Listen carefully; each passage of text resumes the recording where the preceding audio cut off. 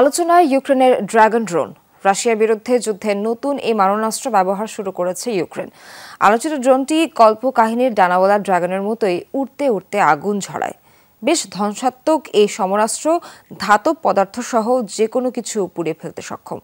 বন জঙ্গলে থাকা রুশ সেনাদের গোপন ঘাঁটি ধ্বংসে এটি ব্যবহার করা শুরু করেছে ইউক্রেন সেনারা।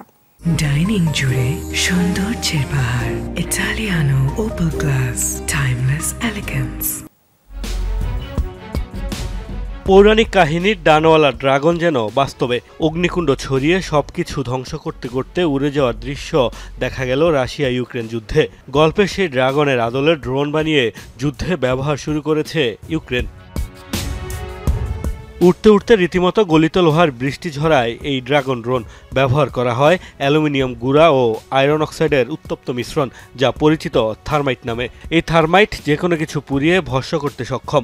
বন জঙ্গল সহ বিভিন্ন দুর্গম এলাকায় থাকা রুশ ঘাঁটি ধ্বংসে এটি ব্যবহার করছে ইউক্রেন। বিধ্বংসী এই অস্ত্র ব্যবহার নিয়ে অবশ্য বিতর্ক রয়েছে। অস্ত্র হিসেবে থার্মাইটের ব্যবহার বেশ পুরনো। প্রথম ও দ্বিতীয় বিশ্বযুদ্ধেও থার্মাইটের তৈরি বোমা ব্যবহার করা হয়েছিল।